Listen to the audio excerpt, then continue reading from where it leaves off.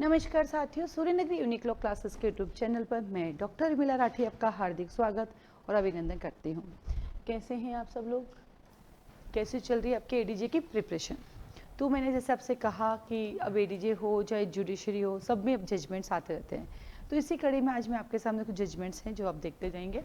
पहला आपका जजमेंट आता है Balbir Singh and others versus state of Rajasthan, 2016 का जजमेंट है। हमारे कानून में लिखा है कॉग्निजेंस कौन लेगा। तो जब सीआरपीसी थी हमारी, उसका 190 कहता है कि कॉग्निजेंस फर्स्ट क्लास मजिस्ट्रेट और सीजीएम के द्वारा ऑथराइज करने पर सेकंड क्लास मजिस्ट्रेट लेगा, राइट। अब वही हमारा जो सीआरपीसी था उसी का जो सेक्शन था हमारा 190 जो है वो अब आ गया हमारा 210। तो नाउ BNSS का सेक्शन 210 कहता है कि कॉग्निजेंस जो है फर्स्ट क्लास मजिस्ट्रेट लेगा और सेकंड क्लास मजिस्ट्रेट सीजीएम के द्वारा ऑथराइज करने पर लेगा।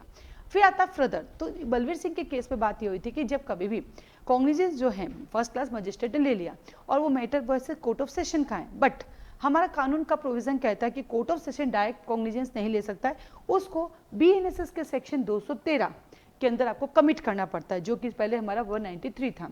तो क्या कहा, सीआरपीसी का सेक्शन 193 अर्थात BNSS का सेक्शन 213 कहता है, 213 कहता है कि कोर्ट ऑफ सेशन कोई भी मैटर का डायरेक्ट कॉग्निजेंस नहीं ले सकता, उसको मजिस्ट्रेट के द्वारा क्या होना, कमिट करना पड़ेगा। तो एक चीज आता है आपके सामने कमिट, एक वर्ड आता है कमिट, जिसको हिंदी में बोलते हैं सुपर्द करना।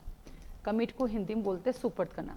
एक वर्ड आता है आपका मेक ओवर करना, एक वर्ड आता है मेक ओवर, इसको बोलते हैं हवाले करना। ये दो शब्द क्या हैं? तो जब कभी भी छोटा कोर्ट अपने से सुपीरियर कोर्ट को कोई मैटर देता है उसको बोलते हैं कमिट करना, और जब कोई सुपीरियर कोर्ट अपने से इंफीरियर को देता है तो उसको बोलते हैं मेक कवर करना। यानी बड़ा कोर्ट जब छोटे कोर्ट को भेजता है तो हवाले करना, और छोटा बड़े को देता है तो कमिट करना। तो यहाँ सवाल आया कि जब कॉग्निजेंस ले लिया फर्स्ट क्लास मजिस्ट्रेट ने और उसने कमिट कर दिया, तो क्या after committal court of session section number 213 BNSS के अंदर दोबारा कॉग्निजेंस लेगा? नहीं, दोबारा कॉग्निजेंस नहीं लेगा, वो डायरेक्ट ट्रायल करेगा। और यदि वो दोबारा कॉग्निजेंस लेता है तो गलत है, अकॉर्डिंग टू लॉ वो जो कि क्या हो गया आपका इरेगुलर माना जाएगा। तो दोबारा कॉग्निजेंस लेने की आवश्यकता नहीं है, वो उन्हीं मैटर पे कंटिन्यू कर सकता है। तो ये क्वेश्चन किससे रिलेटेड है? हमारा कॉग्निजेंस, और ये आता रहता है जब भी आप जजमेंट राइटिंग लिखते हैं, कोर्ट ऑफ सेशन के पास मैटर आता है तो कमिट होकर आता है, देन कोर्ट ऑफ सेशन उसकी ट्रायल करता है, तो ये आपको मिलता रहता है।